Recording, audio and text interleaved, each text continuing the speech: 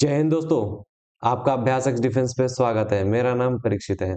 जैसा कि आप सभी जानते हैं कि हम लोग एक्सेल के सभी दोनों के दोनों मॉडल पेपर्स को बहुत थॉरली तरीके से कवर कर रहे हैं। हम इसमें ना केवल डिटेल्ड सॉल्यूशन दे रहे हैं बल्कि उसके साथ हम आपको एनालिसिस भी दे रहे हैं। ठीक है, ये जो दोनों मॉडल पेपर है ये सिर्फ मॉडल पेपर नहीं है, इससे हमें क्या है वो सारी इंसाइट्स पता चलती हैं जिससे हम अंदाजा लगा सकते हैं कि भाई किस टाइप के क्वेश्चंस आने वाले हैं। ये मॉडल पेपर क्या है, एक गाइडिंग लाइट की तरह है हम लोगों के लिए। ये मॉडल पेपर हमें ये बताते हैं कि किस टाइप के क्वेश्चंस आएंगे। ठीक है, इनका टाइप क्या है, दूसरा क्या है कि किस डेप्थ से आएंगे। ठीक है, इनकी डेप्थनेस क्या होगी, किस डिफिकल्टी लेवल के साथ ये क्वेश्चंस आपके पेपर में आ सकते हैं। तो उसी की चीज के बारे में हम लोग इंग्लिश के बारे में डिस्कस करेंगे। आपको पता है कि इससे पहले हम लोगों ने जीके का डिटेल्ड सॉल्यूशन दिया है, चाहे वो मॉडल पेपर 1 का हो चाहे वो मॉडल पेपर 2 का हो। अगर आपने उन दोनों वीडियोस को नहीं देखा है तो आप जाइए देखिए, तब आपको समझ में आएगा कि एग्जैक्टली क्या चीजें आने वाली हैं। ठीक है, और उसके साथ क्या है हम लोग कंटेंट भी दे रहे हैं। आपको वो सिर्फ पेपर एनालिसिस नहीं बताएंगे, वहां पर उस पेपर को सॉल्व भी करवाया गया है। ठीक है, पूरा डिटेल्ड सॉल्यूशन प्रोवाइड किया गया है। तो मैं आपको कुछ बता देना चाह रहा हूँ अपने बारे में। मेरा नाम परीक्षित है। मैंने सीडीएस को 3 बार क्लियर किया है, एफकैट को 3 टाइम्स क्लियर किया है। और मैं सही बताऊं, अपने एक्सपीरियंस बताऊं, आप एफकैट में बहुत इजीली तरीके से 200 प्लस मार्क्स गेन कर सकते हैं अगर आप सही स्ट्रेटजी को फॉलो करेंगे। ठीक है, तो हम लोग चलते हैं इसमें इंग्लिश में डिटेल्ड सॉल्यूशन देखेंगे। दो ही चीजें देखेंगे इसमें, एक एनालिसिस और एक सॉल्यूशन। सबसे ज्यादा हमारा जो फोकस होगा वो एनालिसिस में होगा। ठीक है, हम एनालिसिस करके बताएंगे कि किस टाइप के क्वेश्चंस आने वाले हैं। तो बहुत ध्यान से देखिएगा, पेन और कॉपी ले लीजिए। सबसे पहले क्या है कि हम लोग ये चीज देखते हैं कि इस पूरे पेपर में टोटल पहले क्या है, ये एफकैट का मॉडल क्वेश्चन पेपर 1 है। ठीक है, टोटल 100 क्वेश्चंस आएंगे। ठीक है, और एक क्वेश्चन जो है 3 मार्क्स का है, तो टोटल 300 मार्क्स का पेपर होगा। ठीक है, ये चीज क्लियर होनी चाहिए। और एक क्वेश्चन गलत होने पे आपका 1 मार्क मतलब कटेगा। इसका मतलब क्या है, 1/3 मार्क निगेटिव मार्किंग है। ठीक है, तो ये चीज ध्यान रखना। दूसरी चीज क्या है कि आपके इसमें जो इंग्लिश के क्वेश्चंस होंगे उनका वेटेज सबसे ज्यादा है, ये आपको भी पता है। टोटल 30 क्वेश्चंस आ रहे हैं। ठीक है, सबसे पहला मॉडल पेपर यही चीज बताता है कि आपका जो पेपर आएगा उसमें जो इंग्लिश का वेटेज होगा वो टोटल 30 क्वेश्चंस आ रहे हैं। अराउंड 1/3 वेटेज है। समझ रहे हो, 1/3 का मतलब होता है 30 × 3 करोगे तो 90 मार्क्स आ रहे हैं। आप यहां से 80 मार्क्स इजिली तरीके से गेन कर सकते हो। इवन 90 के 90 भी कर सकते हो अगर आपकी इंग्लिश स्ट्रांग है। तो हम लोग इसी 90 मार्क्स के बारे में देखेंगे, जो हमारा फोकस होगा इन्हीं 90 मार्क्स पे होगा। ठीक है, तो सबसे पहले देखेंगे कि भाई इस इंग्लिश में आता क्या है। तो मैंने जब इस पूरे पेपर को एनालाइज किया तो मुझे कुछ टॉपिक्स दिखाई पड़े। ठीक है, तो सबसे पहला जो आपका जो टॉपिक आएगा वो कॉम्प्रिहेंशन का आएगा। ठीक है, कॉम्प्रिहेंशन के आप देखोगे तो टोटल 3 क्वेश्चंस आते हैं। अभी मैं एक एक करके सॉल्व भी कराऊंगा। ठीक है, तो कॉम्प्रिहेंशन कितने क्वेश्चन आते हैं, 3 क्वेश्चन आते हैं। जो सेकंड नंबर पे टॉपिक है हमारा स्पॉटिंग एरर, वहां से आते हैं टोटल 4 क्वेश्चंस आते हैं। फिल इन द ब्लैंक्स में भी देखोगे तो टोटल 4 क्वेश्चंस आते हैं। सिनोनिम से टोटल 2 क्वेश्चंस आते हैं। एंटोनिम से भी टोटल 2 क्वेश्चंस आते हैं। क्लोज टेस्ट में देखोगे तो टोटल 3 क्वेश्चंस आ रहे हैं। वन वर्ड सब्सटीट्यूशन में देखेंगे तो टोटल, एक मिनट देख लेते हैं। वन वर्ड सब्सटीट्यूशन में आ गया, हाँ, वन वर्ड सब्सटीट्यूशन में एक ये क्वेश्चन है और एक ये क्वेश्चन है और एक ये क्वेश्चन है। तो टोटल 3 क्वेश्चंस आ रहे हैं वन वर्ड सब्सटीट्यूशन में। ठीक है, तो वन वर्ड सब्स्टिट्यूशन बहुत इंपॉर्टेंट है। और एक चीज ये है कि सिर्फ हम लोग यहाँ पर ये सिर्फ एनालिसिस नहीं देंगे, साथ में क्या है, हर एक चीज का यहाँ पर आपको मैं कंटेंट भी अवेलेबल कराऊंगा। ठीक है, जैसे कॉम्प्रिहेंशन है तो कॉम्प्रिहेंशन की प्रैक्टिस होगी, स्पॉटिंग एरर्स होगी, fill in the blank, synonym, antonyms, cloze test, one word substitution, PQRS, इन सभी चीजों की क्या करेंगे, प्रैक्टिस करेंगे। तो वन वर्ड सब्स्टिट्यूशन के आप देखोगे तो टोटल 3 क्वेश्चन आ रहे हैं। ठीक है, पीक्यूआरएस की भी अराउंड 3 to 4 क्वेश्चंस आते हैं। और पेयर बेस्ड मतलब दो वर्ड ऐसे दिए रहेंगे। ठीक है, इस तरीके से आपको इनमें जो रिलेशन है उसी रिलेशन के अकॉर्डिंग आपको ऑप्शन को चूज करना होगा। अभी मैं आपको जब कराऊंगा, ठीक है, सॉल्यूशन दूंगा तो आपको समझ में आएगा। ये भी क्या है, 3 to 4 क्वेश्चंस आते हैं, तो टोटल हमारे कितने क्वेश्चंस आते हैं, 30 क्वेश्चंस आते हैं। और मैं सही बताऊं, ये 30 क्वेश्चन इतने इजी है ना कि आप 30 के 30 क्वेश्चंस को सही कर सकते हो। ये क्या है, आपके आपको सिर्फ मतलब एक जो डिफरेंस होता है ना, merit in versus merit out का, ठीक है, ये जो ज्यादा डिफरेंस नहीं होता इनके बीच में। एक ही 2 नंबर से लोग मेरिट आउट हो जाते हैं और 1-2 नंबर से लोग मेरिट इन हो जाते हैं। लेकिन ये जो 30 क्वेश्चन है ना, आपको मेरिट इन तो करेंगे करेंगे, साथ में आपकी रैंक भी डिसाइड करेंगे। आपकी रैंक भी डिसाइड करेंगे। तो हम लोग इस सभी टॉपिक्स को अच्छे से कवर करेंगे इस पर्टिकुलर चीज में। और ये सिर्फ क्या है, एफकैट का मॉडल पेपर 1 है, इसके साथ हम लोग मॉडल पेपर 2 भी लाएंगे, ठीक है। तो चलते हैं, पहले देख लेते हैं, एक बार गो थ्रू कर लेते हैं। ये क्या है, हमारा कॉम्प्रिहेंशन है, ठीक है। ये हमारा स्पॉटिंग एरर्स है, ये फिल इन द ब्लैंक्स देख सकते हो, ये सिनोनिम एंटोनिम्स है, क्लोज टेस्ट है, ठीक है। ये हाँ, एक चीज रह गया था जो छूट गया है, इडियम्स एंड फ्रेजेस, ठीक है। आपके उसमें इडियम्स एंड फ्रेजेस भी आते हैं। यहाँ पर आपके 3 क्वेश्चंस आ रखे हैं, इनको हम लोग सॉल्व करेंगे। फिर ये चीज मैंने बताई दी है आपको, PQRS, ठीक है। फिर इसके बाद खत्म है। तो हम लोग सबसे पहले स्टार्ट करेंगे कॉम्प्रिहेंशन से, ठीक है। कॉम्प्रिहेंशन से टोटल 3 क्वेश्चन आ रखे हैं। तो यहाँ पर आप कॉम्प्रिहेंशन पे जब आओगे तो देखोगे, एक मिनट इसको और थोड़ा सा जूम कर देते हैं। हाँ, जब आप कॉम्प्रिहेंशन पे आओगे तो ये क्या है, इतना बड़ा आपको कॉम्प्रिहेंशन देखने को मिलेगा। तो सबसे पहले कॉम्प्रिहेंशन में करते क्या है, सिंपली ये बहुत बड़ा कॉम्प्रिहेंशन नहीं है, बहुत छोटा है, ठीक है। सिंपली क्या करना है, पहले रीड करना है, वो क्वेश्चन के चक्कर मत पड़ना, ठीक है। सिंपली तरीके से रीड करोगे, ये क्वेश्चन है, 4 ऑप्शन मिलेंगे, ठीक है। हम लोग क्या करेंगे, जो भी पहुंचेंगे एलिमिनेशन के थ्रू पहुंचेंगे, ठीक है। इस चीज का हमेशा ध्यान रखना। तो सबसे पहले क्या पढ़ते हैं, over 400 years after Michelangelo's death, scholars are still unravelling the mysteries of his art. कहने का मतलब है कि 400 साल होने के बावजूद, एंग्लोस की डेथ के 400 साल होने के बाद भी जो स्कॉलर्स हैं अभी भी क्या अनरावल कर रहे हैं, उसको उजागर करने में लगे हुए मिस्ट्रीज को। बेसिकली क्या है, यहाँ पर जो मिकेंगलोज है वो एक आर्टिस्ट है, उसकी आर्ट की जो है वो एक मिस्ट्री बनी हुई है, उसी को उजागर करने में स्कॉलर्स लगे हुए हैं। One mystery revealed recently was that his famous painting of a pensive Cleopatra included a hidden drawing of a different Cleopatra on the river side। क्या बोला जा रहा है, उसकी जो एक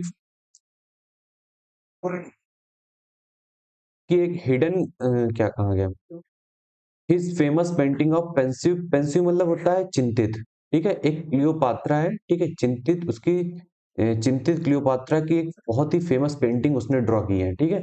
जिसमें क्या है, हिडन ड्राइंग बनी है, different Cleopatra on the river side, मतलब एक ऐसी है तो एक इसके पीछे है, तो दोनों रिवर साइड पे क्या है, ये पेंटिंग है, ठीक है। यही क्या है, एक मिस्ट्री बनी हुई है। This hidden Cleopatra depicts a tormented woman, tormented मतलब जो पूरी तरीके से हताश हुई वुमन हो, ठीक है, चिंतित वुमेन हो, बहुत डिप्रेस्ड वुमेन हो, ठीक है। तो Cleopatra, this hidden Cleopatra depicts a tormented woman whose eyes stare out the weaver and whose mouth is open, ठीक है। एक वीवर की तरफ देख रही है और जिसका मुंह क्या है, खुला हुआ है, और स्क्रीम कर रही हॉरर में, मतलब कहने मतलब डर की वजह से, भय की वजह से बहुत ज्यादा चिल्ला रही है। ऐसा कहां पर बना हुआ है, आपकी पेंटिंग में। The two images drawn on two sides of same paper, ठीक है। ये जो 2 इमेजेस बनी हुई हैं, सेम पेपर के 2 साइड्स पे बनी हुई है, इनको साइमल्टेनियसली तरीके से देखा जा सकता है, बहुत इंपॉर्टेंट है, ठीक है ये चीज। The second mystery is with regard to the Michelangelo's architectural plan for the dome of Saint Peter's basilica in Rome. जो सेकेंड मिस्ट्री बनी हुई है वो क्या है, एक आर्किटेक्चरल प्लान इन्होंने बनाया था, ये आर्टिस्ट है, किससे रिलेटेड है, सेंट पीटर्स बेसिलिका रोम में है। रोम कहां पर है, रोम कहां पर है, इटली, ठीक है। इटली में रोम है। रोम में क्या है, सेंट पीटर्स बेसिलिका, वहां पर एक डोम बनाया गया है, जहां पर आर्किटेक्चरल प्लान को इन्होंने बनाया, वहां पर क्या है, उससे रिलेटेड हमारी सेकंड मिस्ट्री है। Did he intent dome to look like the model he built between 1558 and 1566। यहाँ पर एक क्वेश्चन पूछा जा रहा है, क्या उसने इंटेंड किया है कि डोम को बनाने के लिए, ताकि जो ये मॉडल अभी बना है बिटवीन इसके बीच में उसी तरीके से था, मतलब कहने मतलब है इसने कुछ डिजाइन किया था जो बाद में बना, क्या इस डिजाइन के इक्वल था। फिर आगे क्वेश्चन पूछा है सेकंड, और did he change his mind after building the model and decided to elevate the dome in the way it is today. Mystery क्या है दूसरा, कि कंफ्यूज है कि या तो उन्होंने सेम बनाया था या फिर उन्होंने चेंज कर दिया था अपना mind after building the model and decided to elevate the dome in the way it is today.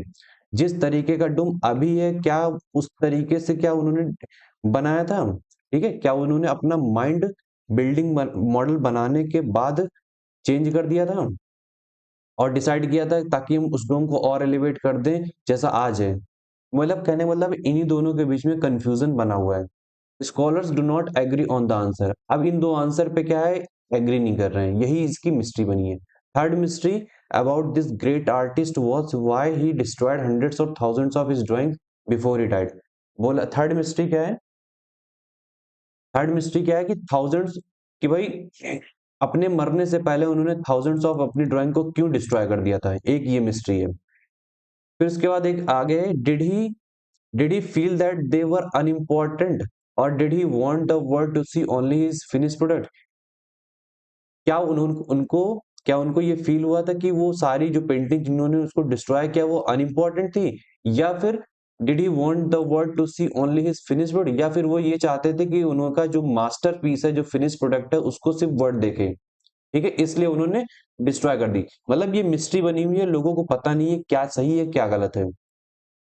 The mystery associated with Michelangelo's art being elusive, ठीक है, ये वर्ड बहुत इंपॉर्टेंट, इल्यूसिव है, कंफ्यूजिंग है, has attracted artists scholars and researchers since ages. जो चीज clear होती हैं वो चीजें अट्रैक्ट नहीं करती हैं, जो चीज इल्यूसिव होती हैं, कंफ्यूजिंग होती हैं, वही चीजें क्या करती हैं, थोड़ा सा अट्रैक्ट करती हैं। ये कंफ्यूजन ही क्या कर रहा है, मिस्ट्री को डेवलप कर रहा है। समझ में आ रहा है? आई होप आपको ये समझ में आ गया होगा। चलते हैं अपने क्वेश्चन पे।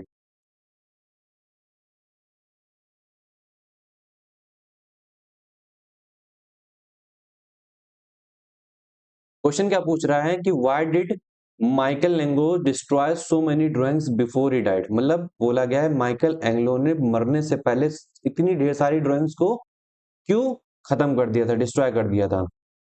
The mystery is yet to be unravelled, they were unimportant, they were only unfinished work, he was upset with the way they were shaping up. पहली चीज क्या है कि अपसेट तो थे नहीं, ठीक है, वो सिर्फ अनफिनिश्ड वर्क थी, ये भी नहीं हो सकता है, ठीक है। दे वर अनइम्पोर्टेंट, अनइम्पोर्टेंट हो ना हो उससे मतलब नहीं होता है, यहाँ पर बोला गया है अनइम्पोर्टेंट की बात बोली गई है, लेकिन कोई डिसाइड नहीं है कि भाई वो अनइम्पोर्टेंट थी कि नहीं थी।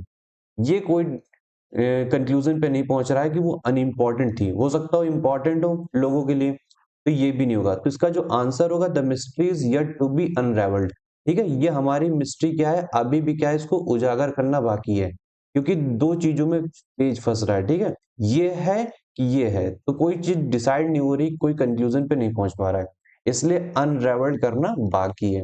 इसका आंसर क्या होगा, ए होगा। अब देखो, ये हमारा सिंपल सा क्या है, एक मिनट, ये हमारा क्या है, सिंपल सा एक रीडिंग कॉम्प्रिहेंशन है।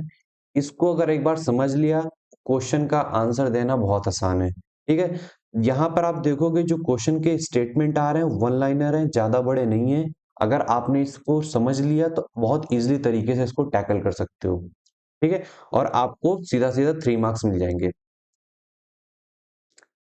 और एक चीज है, मैंने क्या बोला था, मैं आंसर पे पहुंचूंगा तो एक तरीके से पहुंचूंगा, वो है एलिमिनेशन टेक्निक, ठीक है। मैं डायरेक्ट आंसर पे नहीं पहुंच रहा हूं, मैं क्या कर रहा हूं, पहले उन सभी ऑप्शंस को गलत कर रहा हूं जो ऑप्शन गलत किए जा सकते हैं 100%। जब मैंने 3 को गलत कर दिया तो आंसर अपने आप आ गया मेरा। समझ में आ रहा है? ठीक है, आगे चलते हैं। दूसरा क्वेश्चन क्या कह रहा है, दूसरा क्वेश्चन कह रहा है the dome of Saint Peter's basilica bears no resemblance to the one in the model। was destroyed after the model was built, was designed differently than the one that was built, and was rebuilt to elevate the dome।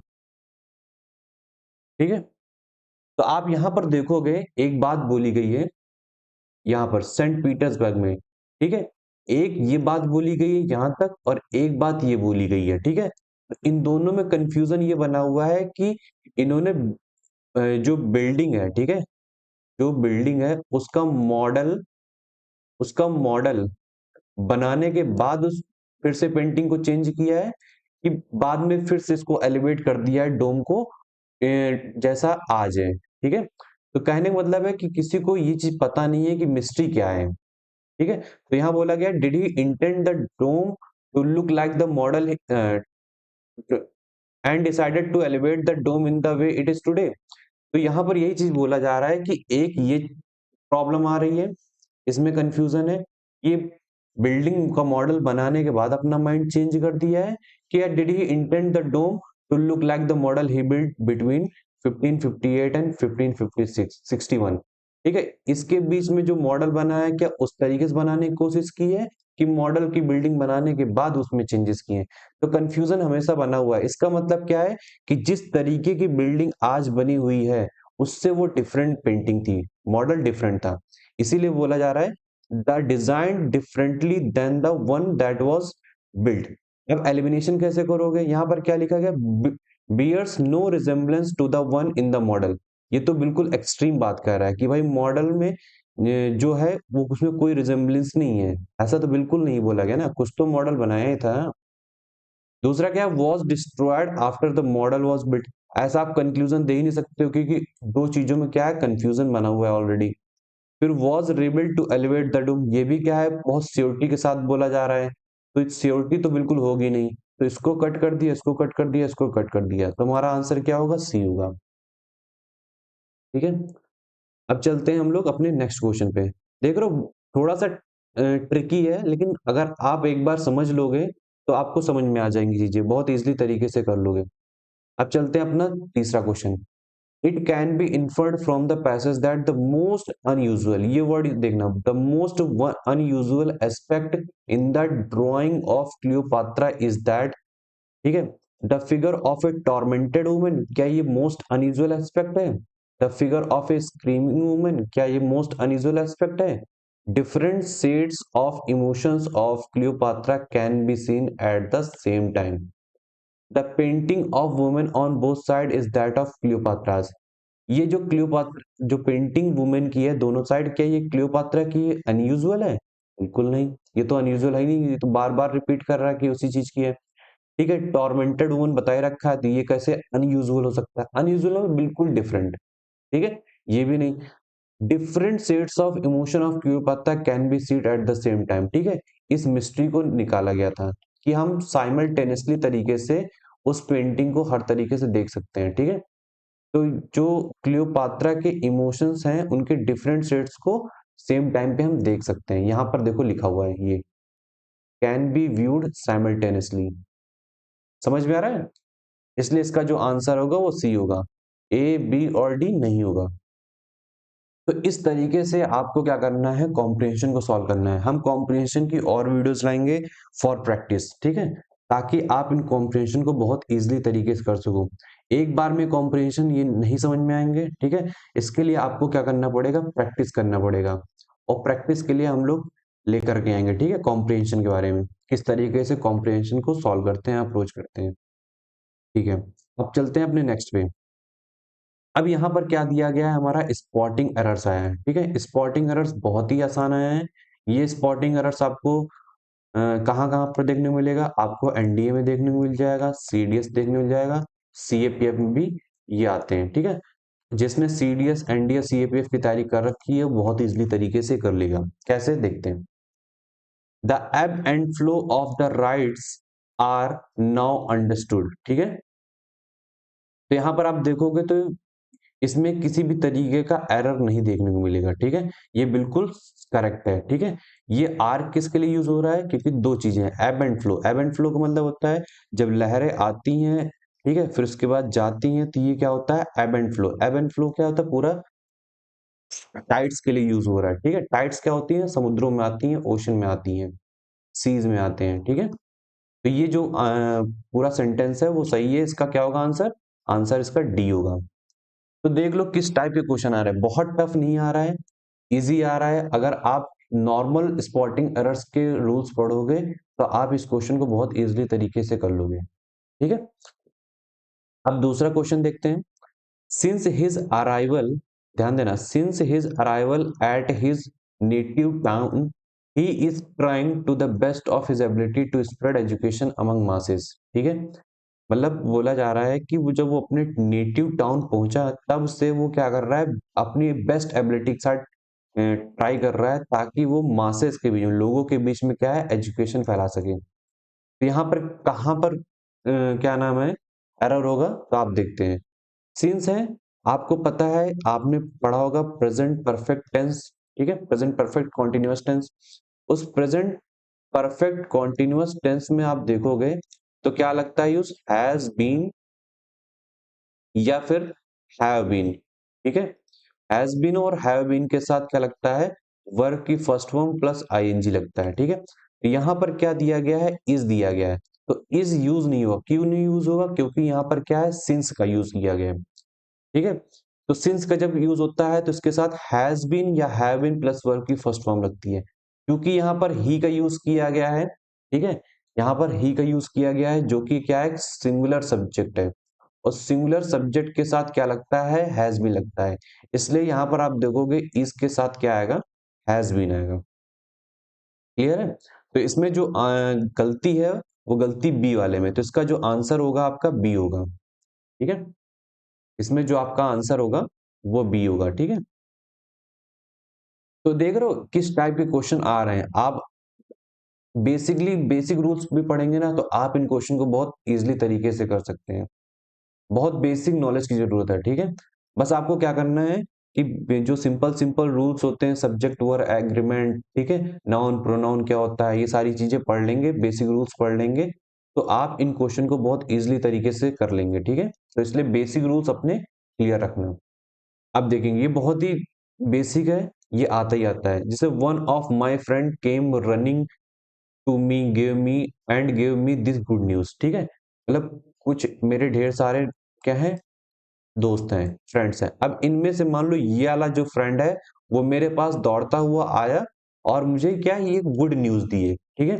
तो देखो ढेर सारे दोस्तों में से कोई एक आया ना, तो बोला गया वन ऑफ माई फ्रेंड। अब यहाँ पर देखो जो फ्रेंड लिखा हुआ है इसमें एस का यूज नहीं किया गया है, तो यहाँ पर तो क्या ढेर सारे होने चाहिए ना, इनमें से कोई एक आया, मतलब तो यही निकल रहा है ना। तो यहाँ पर फ्रेंड के बाद क्या लिख देंगे, एस लगा देंगे, ताकि इसको हम क्या बना सके, प्लूरल फॉर्म में कन्वर्ट कर सकें। इसमें से एक हमारा फ्रेंड आएगा, तब क्या हो जाएगा, वन ऑफ माई फ्रेंड्स। तो आप हमेशा ये ध्यान रखना, वन ऑफ के साथ हमेशा जो भी नाउन यूज होगा, ठीक है, वो प्लूरल होगा। ये चीज हमेशा याद रखना, ये क्या होता है, रूल होता है कि, और रूल का मैंने लॉजिक मैंने आपको बता दिया। तो वन ऑफ के साथ हमेशा क्या यूज होगा, प्लूरल नाउन यूज होगा, ठीक है। तो इसका जो आंसर होगा वो आंसर ए होगा।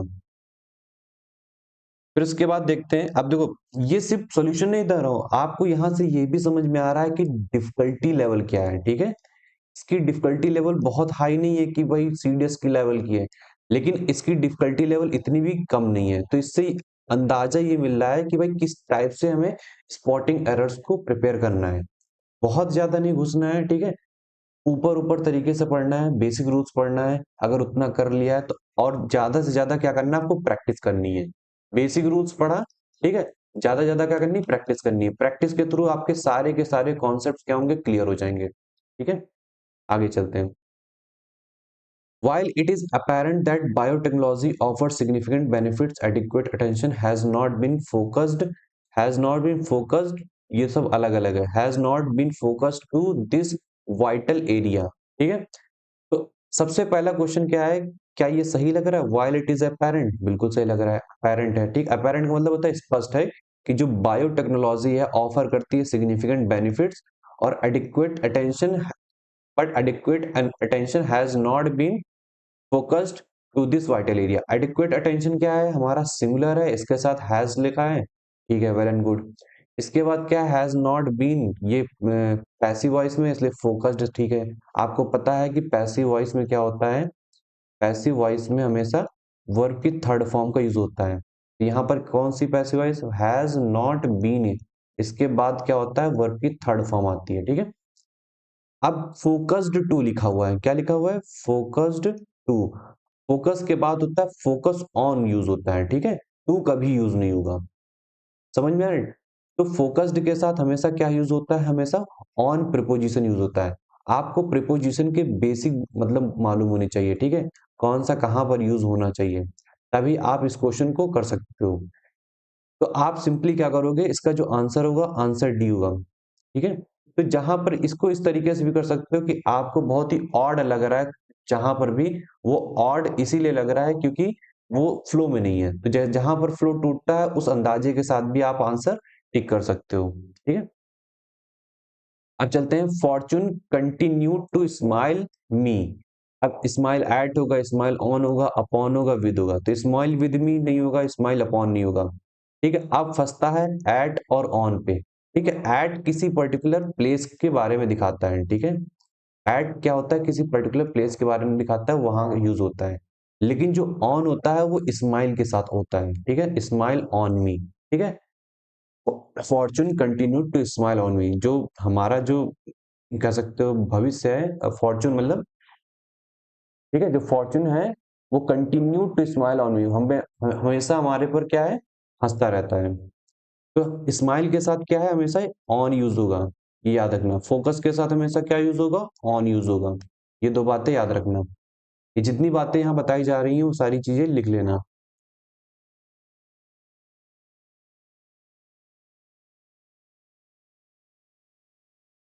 The teacher give many examples to the idea contained in the poem, ठीक है।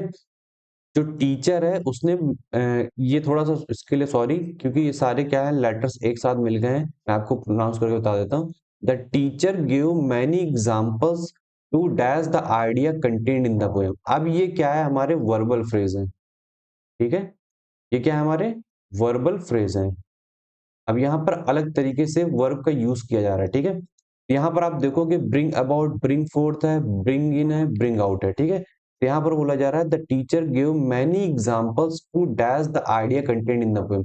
तो पोयम में जो आइडिया कंटेंट है, टीचर ने एग्जांपल्स इतने दे दिए हैं कि जो पोयम में आइडिया कंटेंट है वो बाहर आ गया है। बाहर आने का मतलब है कि वो आइडिया मेरा क्लियर हो चुका है। तो यहाँ पर सिंपल सा क्या है कि जो हमारा इसका आंसर होगा ब्रिंग आउट होता है, ठीक है। जब भी आप इनको पढ़ोगे ना, ठीक है, इनको आपको पढ़ना पड़ेगा, जब तक आप नहीं पढ़ोगे ये क्वेश्चन सॉल्व नहीं कर सकते हो, ठीक है। इसके लिए हम लोग अपनी क्या है, वीडियोस लाएंगे, ठीक है, ढेर सारे इसके कंपाइलेशन करके लाएंगे जिसमें आपको ये सारी चीजें पढ़ाएंगे। बहुत सिंपल है, एक बार पढ़ लोगे सारी चीजें।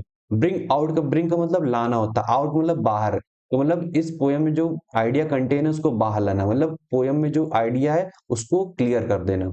ब्रिंग इन का मतलब क्या होता है, किसी चीज को इंट्रोड्यूस करना होता है, ठीक है।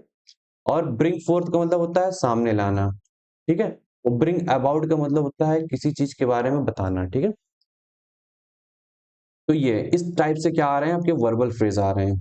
इसी टाइप के क्या है आपके वर्बल फ्रेज होंगे, उसी के अकॉर्डिंग हम क्या करेंगे, आपके प्रैक्टिस सीट को कंपाइल करेंगे। फिर इसके देखेंगे, hundreds of workers are dash a protest against the decision of the management, ठीक है। जो हंड्रेड्स ऑफ वर्कर्स हैं, ठीक है, वो क्या कर रहे हैं, staging, standing, performing, sitting. Protest को क्या करोगे, परफॉर्म करोगे, परफॉर्म तुम रिचुअल करते हैं तो परफॉर्म तो होगा नहीं। सिटिंग अ प्रोटेस्ट बिल्कुल गलत लग रहा है। Standing a protest against the, protest ना होता तब स्टैंडिंग अगेंस्ट कर सकते थे, लेकिन प्रोटेस्ट आ गया तब स्टैंडिंग नहीं करेंगे, ठीक है। एक मिनट, हेलो, हाँ मम्मी, आ रहे हैं आ रहे हैं।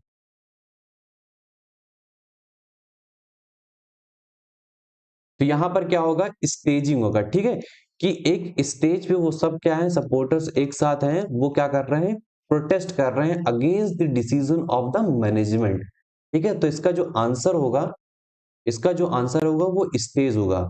ये कैसे मैंने एलिमिनेट किया, मतलब कैसे इसको पहचाना, इसको मैंने एलिमिनेट किया क्योंकि परफॉर्म होगा नहीं। सिटिंग बिल्कुल अजीब लग रहा है। स्टैंडिंग होता कब होता है, जब हमारा प्रोटेस्ट यहाँ पर ना होता। तो मैंने एलिमिनेशन के थ्रू क्या है अपने आंसर पे पहुंचा।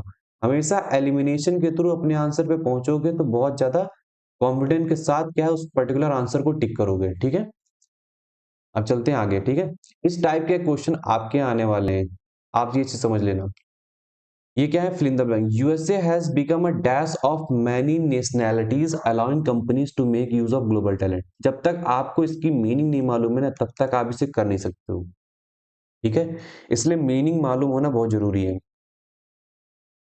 तो बोला जा रहा है कि यूएस क्या है, एक US has become a dash many nationalities, मतलब बहुत ढेर सारे लोग जब यहाँ पर आते हैं यूएसए में, तो क्या होता है वो मेल्टिंग पॉट बन जाता है। मेल्टिंग पॉट का मतलब होता है कि जब किसी देश में डिफरेंट डिफरेंट कंट्रीज के लोग आते हैं तो वो क्या होते हैं, एक दूसरे से इंटरेक्ट करते हैं, मिल जाते हैं, इंटरमिक्स हो जाते हैं।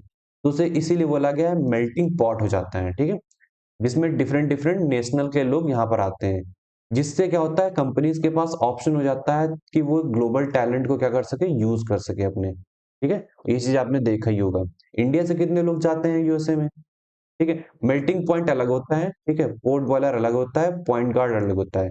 अगर आपको इसका मतलब जानना है तो आप सिंपली गूगल करके देख सकते हैं, आपको समझ में आ जाएगा।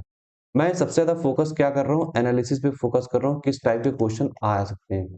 ठीक है, इस टाइप से क्वेश्चन आएंगे, बहुत आसान आएंगे। ठीक है, अब ये क्या है, एक टाइप है। ये टाइप कौन सा है, वर्बल फ्रेज का। इसके लिए आपको वर्बल फ्रेजेस पढ़ने पड़ेंगे, अदरवाइज ये नहीं समझ में आएगा। अब आते हैं थोड़ा सा अपना अलग टाइप, अब आते हैं अपने सिनोनिम्स एंड एंटोनिम्स पे। ठीक है, जो मैंने लिख रखा था।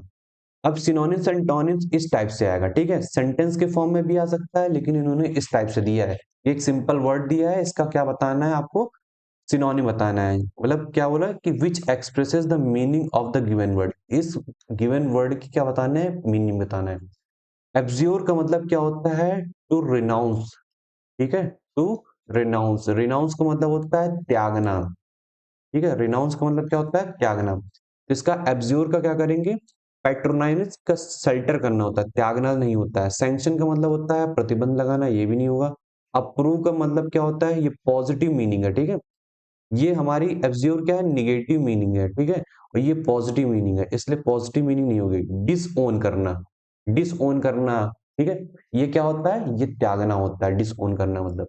तो इसका जो आंसर होगा वो आंसर बी होगा। तो इस तरीके से आपको एलिमिनेशन के थ्रू पहुंचना है। इस टाइप के आपके सिनोनिम्स एंड एंटोनिम्स आएंगे, ध्यान देना। इसी टाइप से मैं आपको सिनोनिम्स और एंटोनिम्स कराऊंगा। ठीक है, समझ में आ रहा है। अब चलते हैं अपने आगे।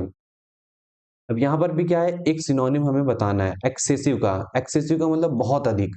ठीक है, तो यहाँ पर क्या दिख रहा है, एक्सट्रीम। मॉडरेट तो होगा नहीं क्योंकि एक्सेसिव है।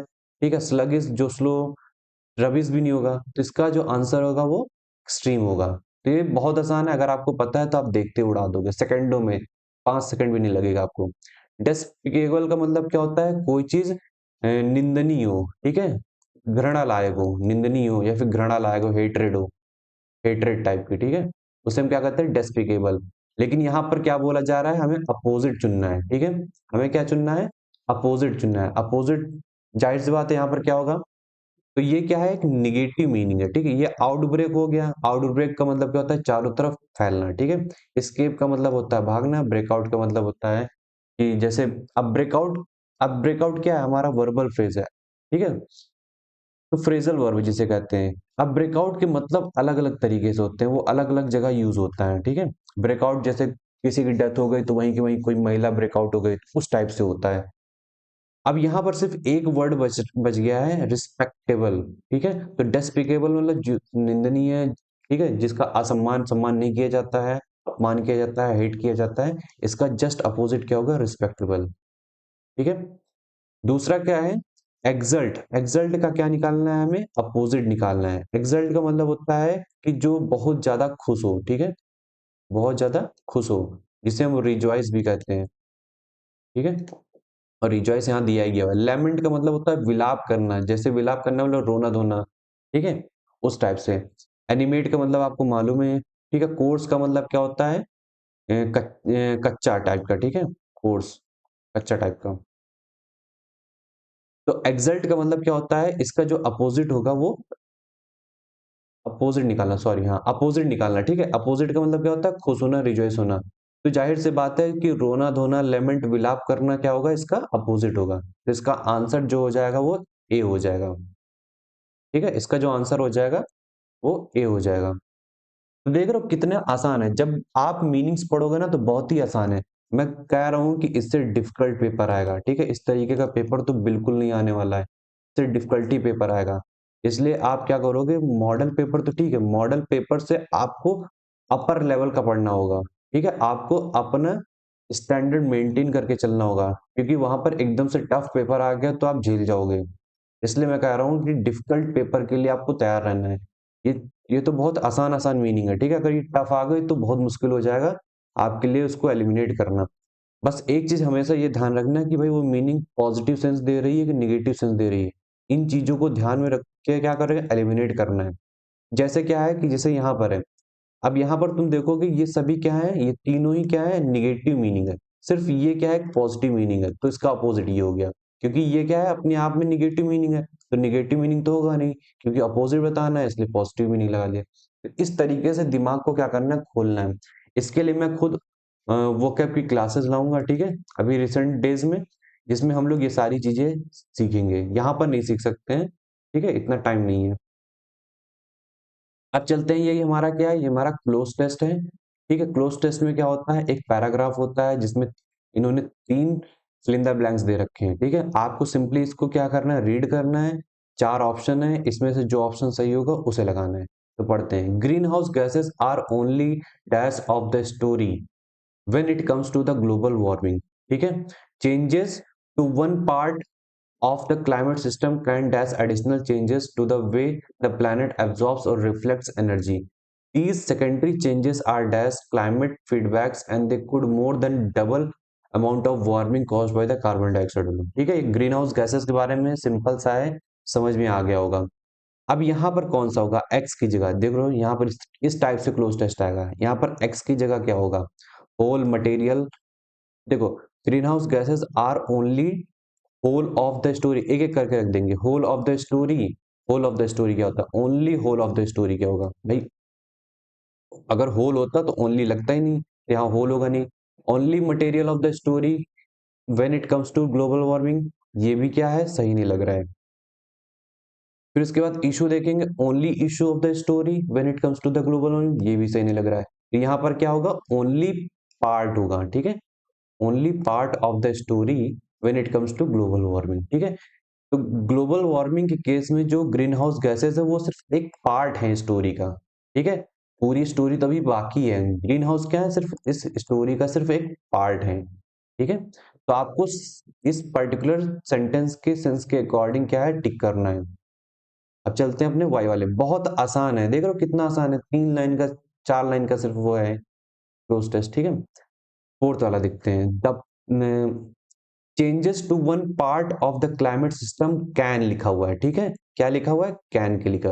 अब कैन के बाद क्या आता है? वर्ब की हमेशा फर्स्ट फॉर्म आती है, क्योंकि ये सब क्या है? हमारा ऑब्जेक्ट है। सब्जेक्ट होता है, वर्ब होता है, ऑब्जेक्ट होता है। अब यहां पर बताओगे can change additional changes to the way the planet absorbs और रिफ्लेक्ट्स एनर्जी। अब यहां पर क्या करेगा? Can raise the additional changes, brings additional changes, सीज होगा कि कॉज होगा, ठीक है। बेसिकली क्या है कि जो ग्रीन हाउस गैसेस होती हैं ये रीजंस होती हैं, ये क्या होती हैं? रीजंस होती हैं जो changes to one part of the climate system. जब क्लाइमेट सिस्टम के किसी एक पार्ट में चेंज होता है तो उससे एडिशनल चेंजेस क्या होते हैं? जो to the way planet absorbs और रिफ्लेक्ट्स एनर्जी, ठीक, उसमें प्लैनेट किस तरीके से एब्जॉर्ब करता है एनर्जी को, किस तरीके से रिफ्लेक्ट करता है, उसमें भी चेंजेस आते हैं। तो यहाँ पर जो वर्ड यूज होता है वो कॉज यूज होता है। यहाँ पर मनी को नहीं रेज कर रहे हैं, किसी चीज को ला नहीं रहे हैं। सीज का मतलब क्या होता है? रोकना, ठीक है, बैन कर देना, ठीक है। ये सब चीजें नहीं, यहाँ पर क्या है? कॉज कर रहे हैं कि भाई इसकी वजह से ये हो रहा है, ठीक है, इसमें चेंजेस हो रहे हैं तो ये चीज हो रहा है। इस वजह से यहाँ पर क्या होता है? कॉज। कॉज मीन्स किसी चीज मेक समथिंग टू हैपन, ठीक है। अब चलते हैं अपने जेड वाले पे। अब दीज सेकेंडरी चेंजेस आर, जो जो सेकेंडरी चेंजेस हो रहे हैं, ठीक है, these secondary changes are dash climate feedbacks and they could more than double the amount of warming caused, देखो यहाँ पर वर्ड यूज किया है caused by carbon dioxide alone, यहाँ रिकॉर्डेड होगा।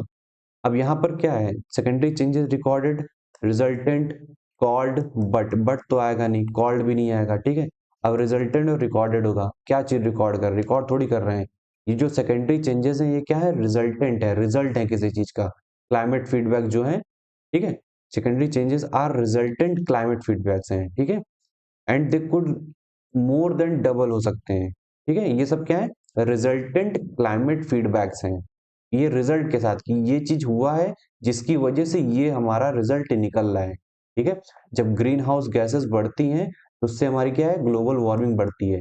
ये नहीं बढ़ेगा तो ये भी कम होगा, ठीक है, ये कम होगा तो ये भी कम होगा, तो इसका क्या है, रिजल्ट है। तो रिकॉर्ड कहाँ से आ गया, कॉल्ड बट होगा ही नहीं, ठीक है। तो इस तरीके से इन्होंने सिंपल सा बनाया है, बट वो मुझे पता है कि वो थोड़ा सा डिफिकल्ट पेपर बनाएंगे, ठीक है।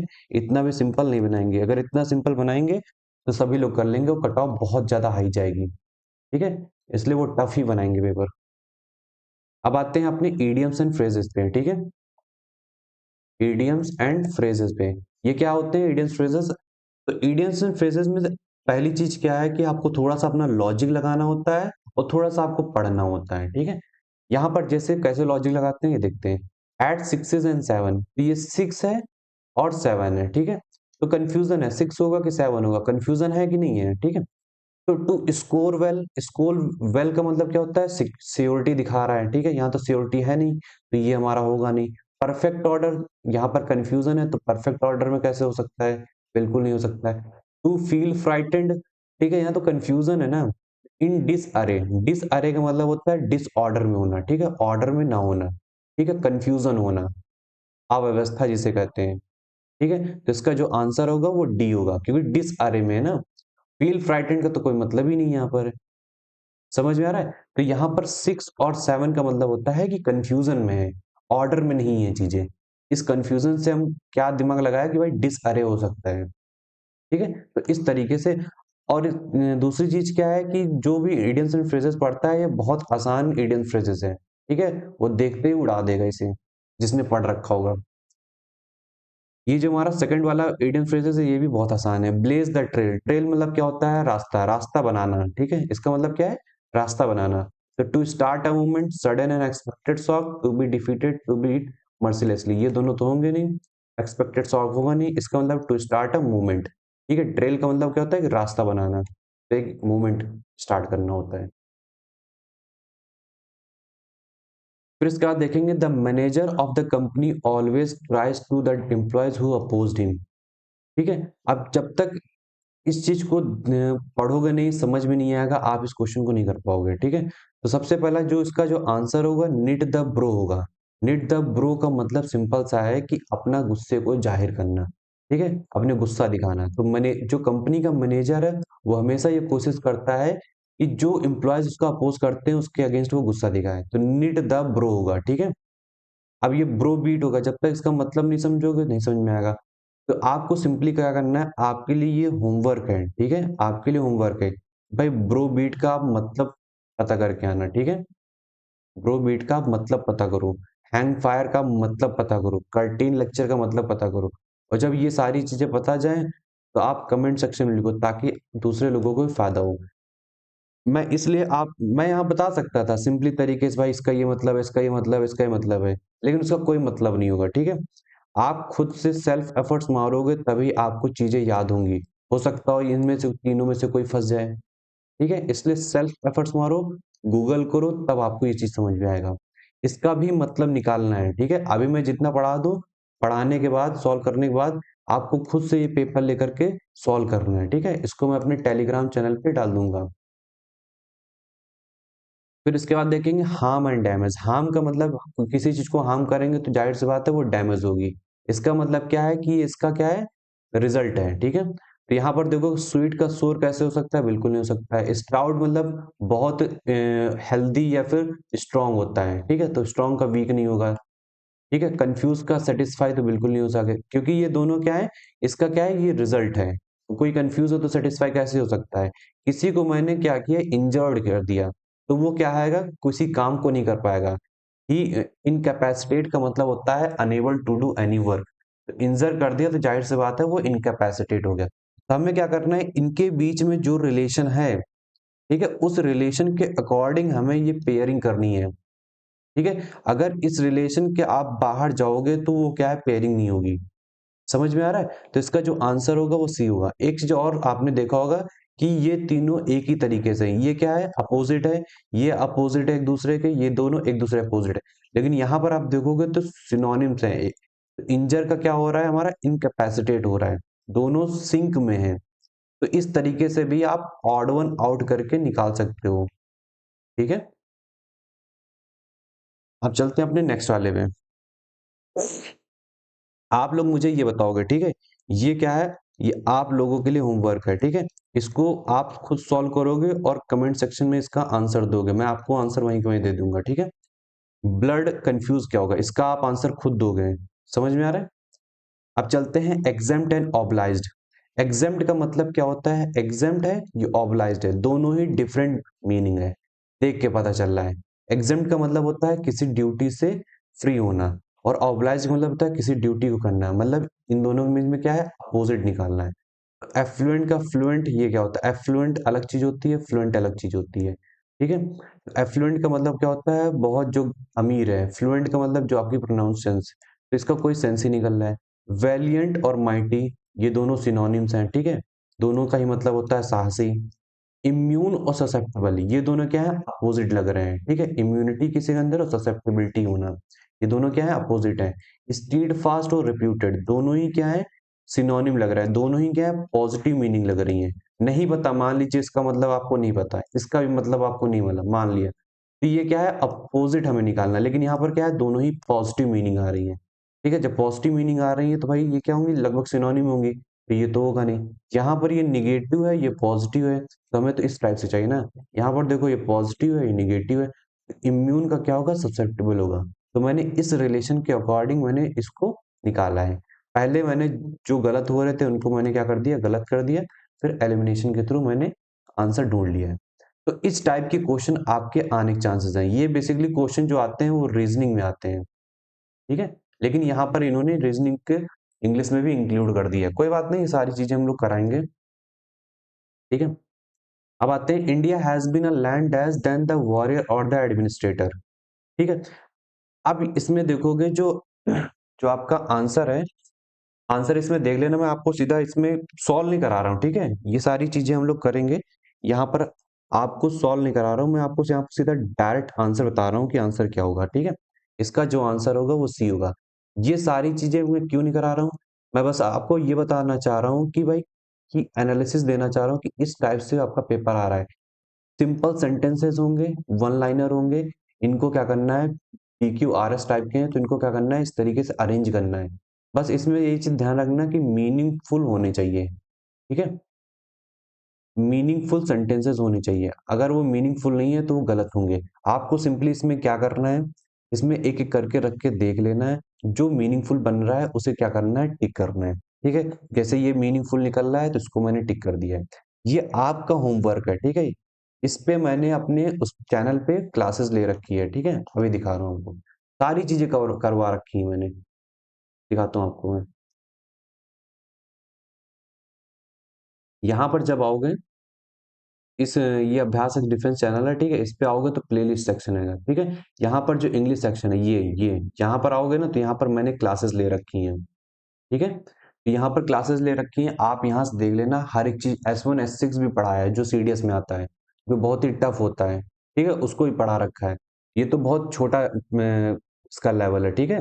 तो आप वहां जाना, PQRS की पूरी फुल्ली क्लास, फुल्ली एक्सप्लेन तरीके से उन्हें प्रैक्टिस भी कराई है, कैसे टैकल करना है वो भी मैंने आपको कराया है, ठीक है। तो ये आपका होमवर्क है, ये आप हमें कमेंट सेक्शन में इसका आंसर दोगे, ठीक है, कमेंट सेक्शन में इसका आंसर मुझे दोगे कि क्या आ रहा है, ठीक है। तो ये सारी चीजें आप कर लेना, ठीक है। ये अब देखो, एक जो थोड़ा सा डिफरेंट आता है, जो CDS में नहीं आता है, ठीक है, इसमें आता है वन वर्ड सब्स्टिट्यूशन आ रहा है, ठीक है। अब यही मॉडल पेपर का यही फायदा है कि भाई एडसेल ने बहुत अच्छा काम किया है, एडसेल ने बहुत बेटर काम किया है कि भाई उन्होंने मॉडल पेपर बता दिया है कि भाई क्या चीजें आने वाली नहीं आने वाली है। तो ये वन वर्ड सब्स्टिट्यूशन होते हैं। इसमें एक सेंटेंस आएगा, उस सेंटेंस को क्या कहते हैं वन वर्ड में, वो चीज बताना है। जैसे देख लेते हैं, a person who cares about others and help others without any benefit. इसका जो आंसर होगा वो अल्ट्रुइस्ट होगा। इसे हिंदी में क्या कहते हैं, परोपकारी। क्या कहते हैं, परोपकारी, जो सबकी मदद करता है, ठीक है, जो सेल्फलेसली तरीके से काम करता है, सेल्फलेसली तरीके से काम करता है। एमेच्योर का मतलब होता है नौसिखिया, ठीक है, अपोस्टेट और एग्नोस्टिक। ये सारी चीजें क्या है, आप खुद देख लेना। मैं आपको बस इतना बताना चाह रहा हूँ कि इस टाइप से वन वर्ड सब्स्टिट्यूशन आएगा। इसको मैं बहुत डिटेल में वीडियो लेकर के आऊंगा, जिसमें ढेर सारे वन वर्ड सब्स्टिट्यूशन हम लोग करेंगे, ठीक है। आप इसकी चिंता मत करिए, हम पे छोड़ दीजिए।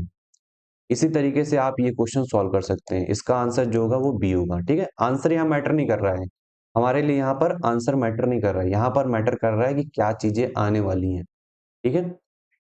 एक क्वेश्चन ये है, ये 3 क्वेश्चन आते हैं, देखो कितने आसान है, बहुत इजी क्वेश्चन है। इससे इजी क्वेश्चन आ ही नहीं सकते, लेकिन आपको ये तभी आएंगे जब आपको वो पढ़ी हुई होंगी चीजें, ठीक है। हवा में कुछ भी होगा नहीं। तो आपके टोटल 30 क्वेश्चन हैं, ठीक है। इस वीडियो को बनाने का मेरा बस एक ही मकसद था कि आपको बताना है कि पूरे ये जो 30 क्वेश्चन है कहाँ कहाँ से आ रहे हैं, ठीक है। तो आपको मैं टॉपिक दिए दे रहा हूँ, ठीक है। ये टॉपिक मैंने लिख रखे हैं यहाँ पर। यहाँ पर एक टॉपिक और इंक्लूड कर लो, टॉपिक नंबर 10। वो क्या है, इडियम्स एंड फ्रेजेस का है, इडियम्स एंड फ्रेजेस, ठीक है। ये सारे टॉपिक आप लिख लीजिए, ठीक है। तो मिलते हैं अपनी नेक्स्ट वीडियोस के साथ। हाँ, एक चीज ध्यान रखना, अगर आपने हमारे चैनल को सब्सक्राइब नहीं किया है तो आप हमारे चैनल को सब्सक्राइब कर लो, ठीक है। इससे हमें क्या मोटिवेशन मिलता है, हमें सपोर्ट मिलता है। अगर आपने हमारे इस टेलीग्राम चैनल को ज्वाइन नहीं किया है तो ज्वाइन कर लो, ठीक है। आपको कमेंट सेक्शन में हमारा लिंक मिल जाएगा, आप वहां से आप ज्वाइन कर सकते हो। यहाँ पर क्या है, ये सारी जो पीडीएफ है, जो हम आपको प्रैक्टिस कराएंगे, प्रैक्टिस सीट प्रोवाइड कराएंगे, वो सारी चीजें हमें आपको मिल जाएंगी, ठीक है, वहीं की वहीं, ठीक है। तो फिर चलते हैं, जय हिंद।